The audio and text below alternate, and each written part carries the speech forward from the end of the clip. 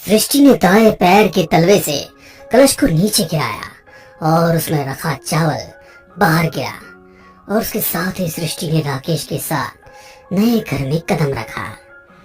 सृष्टि अपनी शादी का जोड़ा संभाल कर अलमीरा में रखी रही होती है कि तभी उसे अपने पेट पर हल्की गुदगुदी महसूस होती है।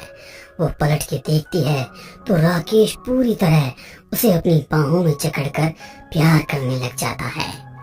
सृष्टि भी उसे अपने गले से लगाकर उसमें रम जाती है। सृष्टि और राकेश एक दूसरे के साथ बहुत खुश थे और उनकी शादी में एक रोमांच जिंदा था जो दो प्यार करने वालों के बीच में होता है। राकेश जब ऑफिस में होता तो सृष्टि दिन भर घर का ख्याल रखती और शाम होते ही राकेश के लिए लजीज खाना तैयार करने में लग जाती। राकेश जब शाम को ऑफिस से घर आया तो सृष्टि ने चेहरे पर मुस्कान के साथ उसका घर में स्वागत किया। अंदर आते ही राकेश को बढ़िया लजीज खाने की खुशबू आने लगी और उसे सुनते ही उसके चेहरे पर तरावट आ गई। जिस खुशी में उसने सृष्टि को गले से लगा लिया और दरवाजा बंद किया, उस शाम दोनों ने लजीज खाने का स्वाद लिया और राकेश भी बिना सृष्टि के हाथ के खाने की तारीफ किए रुक नहीं पाया। खाने के बाद राकेश ने अपने ऑफिस के बैग से एक बड़ी वाइन की बोतल निकाली और उसे डाइनिंग टेबल पर रख दिया। उसे देखते ही सृष्टि के चेहरे पर मुस्कान उभरती है। दोनों वाइन का मजा ले रहे हैं और दोनों की आंखें एक दूसरे को देखे जा रही है। एक अच्छी डिनर के बाद राकेश सृष्टि को अपनी गोद में उठा के बेडरूम की ओर ले जाता है। दोनों एक दूसरे को प्यार करने में डूबे होते हैं कि एक कांच के चटकने की आवाज उनका ध्यान अपनी ओर खींचती है। दोनों दूसरी तरफ देखते हैं तो कमरे की खिड़की का कांच चटका होता है और उसकी दरार पूरे ग्लास पे आ गई होती है और दूसरा पल्ला बार बार खुलता और बंद होता है। राकेश उठा और उसने खिड़की को बंद कर दिया। जैसे ही राकेश ने सृष्टि को वापस अपनी बाहों में भरा, खिड़की में लगा दूसरा कांच भी धीरे धीरे चटकने लगा और फिर एकदम से खिड़की खुली और तेज हवा का बहाव अंदर आ गया और राकेश और सृष्टि को झंझोड़ता हुआ दूसरे रास्ते से बाहर निकल गया। ये क्या हुआ राकेश? मुझे नहीं पता सृष्टि, शायद बाहर कोई तूफान उठा है।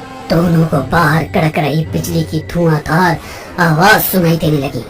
सृष्टि ने राकेश को पकड़ लिया और उसके सीने पर सिर रखकर सो गई। घर के बाहर मौसम ने भयंकर करवट ले ली है। भारी बारिश और ओलों ने घर के बाहर के गार्डन को आधा तबाह कर दिया है। पेड़ भी नीचे की तरफ झुक रहे थे और कुछ गमले भी गिर गए थे। राकेश और सृष्टि जब सुबह उठे तो घड़ी में 9 बज रहे थे।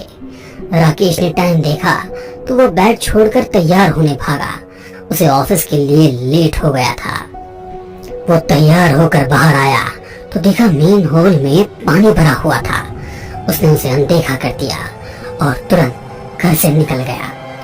उसके जाने के बाद सृष्टि ने वाइपर से पानी खींचना शुरू किया। वो पानी को एक तरफ खींचती तो पानी दूसरे कोने पर जमा हो जाता। जैसे जैसे पानी कम होता जाता, सृष्टि वहां सोखने के लिए कपड़ा डाल देती। जब सृष्टि पानी को बाहर की ओर खींचने लगी तो अचानक ही फर्श पे खून से लिखे शब्द उभर आए, मिट जाएगी तू भी। सृष्टि वो पढ़ के हक्की पक्की रह गई और अगले ही पल वो शब्द फर्श पर ऐसे खुल गए जैसे मानो वहां कुछ लिखा ही ना हो। वो एक भ्रम की तरह चला गया था। घर सही करने के बाद सृष्टि बेडरूम में सोने के लिए चली गई। सृष्टि गहरी नींद में सो रही होती है कि तभी खटखट की तेज आवाज उसकी नींद को तोड़ती है और वो एकदम से बिस्तर छोड़ती है। वो दरवाजे की तरफ बढ़ ही रही होती है कि तभी वो आवाज और तेज हो जाती है जिससे उसके कान परेशान होने लग जाते हैं। वो आगे बढ़ के दरवाजा खोलती है तो उस पार कोई भी नहीं होता है। उसके गुस्से का पारा ऊपर जाने लगता है कि तभी उसकी नजर घर से कुछ ही दूरी पर बने गार्डन में खेल रहे बच्चों पर जाती है। सृष्टि को लगता है कि ये उन बच्चों की शरारत होगी, तो वो उनमें से एक को बुला के पूछती है, ए लड़के, ये शरारत तुम लोगों ने की है ना? कौन सी शरारत आंटी? ये दरवाजा पीट कर भाग जाने की? वो सृष्टि का गुस्सा देख डर गया और मासूमियत से कहने लगा, नहीं आंटी, मैंने नहीं किया, प्रॉमिस। सृष्टि ने दरवाजे को अंदर से बंद किया और वापस सोने चली गई।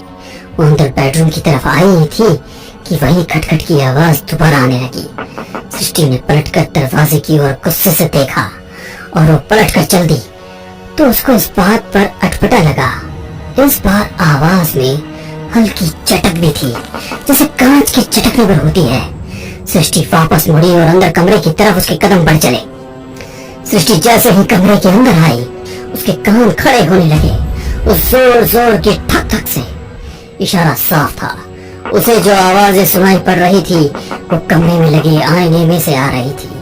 सृष्टि ने करीब जाकर जब आईने के पास अपने कान लगाए तो उसे ठक ठक की आवाज के साथ हल्की हल्की सिसकियां भी सुनाई देने लगी। चौंक कर सृष्टि थोड़ी दूर हटी तो आईने में कुछ देर तक अपने प्रतिबिंब को घूरती रही। पहनी हुई साड़ी को निहारती रही। अपना यौवन और सौंदर्य देखकर खुद आश्चर्यचकित होने लगी। पहले मंद मंद मुस्कान उसके चेहरे पर उभरी, फिर उसके हाव भाव बदल गए। आईना ठीक दीवार से लगा हुआ था और सिस्टम की आवाजें जोर पकड़ रही थी कि तभी एक भारी डंडा आईने पर पड़ा और उसके टुकड़े कमरे की फर्श पर फैल गए। सृष्टि ने कांच के बिखरे हुए टुकड़ों को देखा तो उसका प्रतिबिंब उसे कई भागों में नजर आने लगा और दूसरे ही पल वो भयानक सिसकियां अब तेजी से उठने लगी थी। सृष्टि अब पीछे पलटी तो पूरा नजारा बदल चुका था। सामने दीवार पर आईने के टूटने के बाद एक खोखली दीवार नजर आने लगी। सृष्टि आगे बढ़ने लगी तो कांच उसके पैरों के तलवे में चुभने लगे, पर उसे दर्द का आभास होना बंद हो गया था। सृष्टि ने हल्का धक्का दिया तो वो दीवार एक दरवाजे की तरह खुल गई। उस दरवाजे से नीचे की ओर सीढ़ियां जाती थी जो घर के नीचे बने तहखाने में तब्दील हो जाती थी। सृष्टि अंधेरे में भारी सांसें लेते हुए नीचे उतरी। जैसे जैसे उसके कदम नीचे की ओर बढ़ रहे थे, तहखाने की गीली मिट्टी उसे एक अजीब सा एहसास देने लगी थी। सृष्टि दीवार के सहारे नीचे उतरती जा रही थी कि तभी उसका हाथ एक स्विच बोर्ड से टकराया और तहखाने में लगा एक बल्ब जल उठा। बल्ब की रोशनी जैसे ही तहखाने में फैली, सृष्टि ने उसी वक्त अपने आप को 4 लाशों से घिरा हुआ पाया। वो 4 लाशें एक मजबूत और मोटी रस्सी के फंदे से लटकी हुई थी और सफेद चादर से लिपटी हुई थी। उन खून के धब्बे भी जमे हुए थे। यह ऐसा खौफ का नजारा था जिसे सृष्टि बर्दाश्त नहीं कर पा रही थी और न ही अपनी आंखों पे विश्वास कर पा रही थी। अभी राकेश से शादी हुए कुछ दिन भी नहीं बीते थे कि उसके घर का ये एक भयानक राज उसके सामने लाशों के रूप में घेरा बना रहा था। और लाशों के बीच में अपने आप को घिरा पाकर सृष्टि की सांसें भारी होने लगी और कुछ ही पल में फूलने लगी। उसका वहां खड़े होना दुबर हो चला था। अचानक से वो लाशें हिलने लगी। उनमें हो रही हरकत सृष्टि को बेचैन करने लगी। देखते ही देखते जिन रस्सियों से लाशें बंधी हुई थी उनकी पकड़ किसी कमजोर रस्से की तरह हो गई थी और फिर वो फंदे खुल गए। लाशें एक एक करके सृष्टि के आसपास ही गिरी। खौफ यही खत्म नहीं हुआ था। सृष्टि अभी डर से पूरी तरह उठ नहीं पाई थी कि लाशें जिन सफेद चद्दरों से लिपटी हुई थी वो उन पर से खुलकर सिमटने लगी। जब वो सब खुली तो उनकी सड़न की बदबू से पूरा तहखाना भर गया। सृष्टि भी उसे बर्दाश्त न कर पाई और वहां से उठकर भागने लगी। वो लाशें सड़ चुकी थी। उनकी बनावट औरतों के शरीर की थी। सृष्टि जैसे ही ऊपर की सीढ़ी चढ़ने लगी, एक हाथ ने पीछे से उसके पैर को पकड़ा और नीचे अंधेरे की ओर घसीटता हुआ ले गया।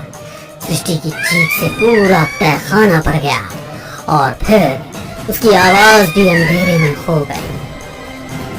शाम को जब राकेश घर आया तो वो काफी देर तक बैल बजाता रहा। जब दरवाजा नहीं खुला तो उसने सृष्टि को आवाज लगाना शुरू कर दिया। सृष्टि, सृष्टि, अरे दरवाजा खोलो यार। राकेश इंतजार कर ही रहा था कि दरवाजा खुला और राकेश सीधा बोलता हुआ अंदर आया। क्या कर रही थी तुम? मालूम है कितनी देर से मैं बेल बजा रहा था। सृष्टि का कोई जवाब नहीं आया और राकेश ने भी परवाह नहीं की। वो सीधा बाथरूम की ओर फ्रेश होने के लिए चला गया। जब राकेश फ्रेश होकर वापस डाइनिंग हॉल में आया तो देखा कि सृष्टि खाने के साथ उसका इंतजार कर रही है। राकेश आते ही सीधा चेयर पर बैठ गया और खाने लगा। उसे खाता देख सृष्टि ने उससे पूछा, क्या बात है राकेश, आज काफी थके हुए लग रहे हो। राकेश ने खाते हुए हाँ में सिर हिलाया और वापस खाना खाने लगा। सृष्टि ने दोबारा पूछा, एक बात बताओ राकेश, तुम मुझे इस घर में जो वादे करके अपनी अर्धांगिनी के रूप में लाए थे, क्या तुम वही वादे उन्हीं औरतों से भी किया करते थे जिन्हें तुमने मार डाला? राकेश के हाथ खाते खाते रुक गए। उसे समझ नहीं आ रहा था कि सृष्टि उससे क्या पूछ बैठी है। राकेश ने आवाज में घबराहट के साथ सृष्टि की ओर देखा और कहा, ये क्या कह रही है तुम? क्या वादे और किनको मार दिया मैंने?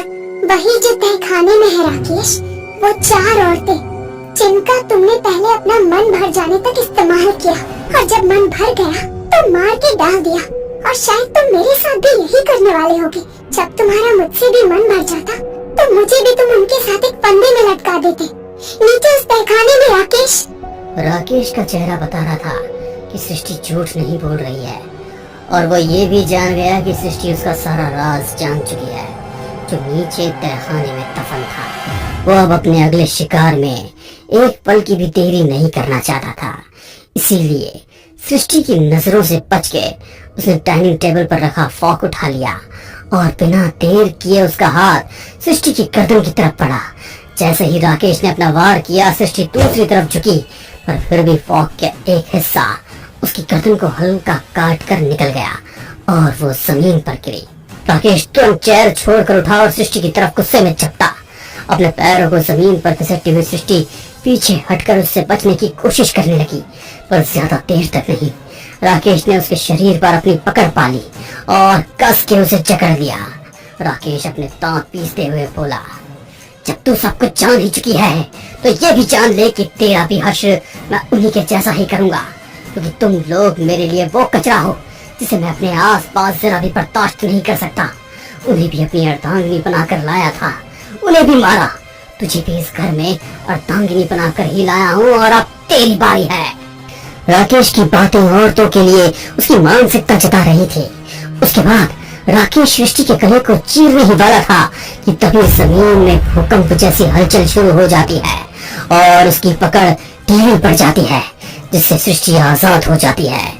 राकेश झटके से एक तरफ गिरता है और उसके गिरते ही जमीन में दरार पड़ने लग जाती है और थोड़ी ही देर में जमीन को चीरती हुई वो लाशें जिंदा होकर ऊपर दाखिल हो जाती है। राकेश उन्हें देखकर सहम जाता है। उनसे राख जैसा धुआं छूट रहा है और वो राकेश को अपनी डरावनी नजरों से देख रही है। वो सृष्टि को घर से जाने का इशारा करती है और सृष्टि अपनी जान बचाकर वहां से निकल जाती है। राकेश उनसे घिरा हुआ है और डर में एक तरफ दुबका हुआ है। उसके शरीर में कंपन पैदा हो रहा है। उससे उनके मरे हुए शरीर देखे नहीं जा रहे और ना उन पर वो जख्म जो राकेश ने उन्हें दिए थे। उन चारों ने एक साथ राकेश पर हमला किया और घेर कर उसे जमीन के नीचे ले गए, उसी तहखाने में जहां उन्होंने उसे मार दिया। राकेश के मरते ही तहखाना भी हमेशा हमेशा के लिए बंद हो गया।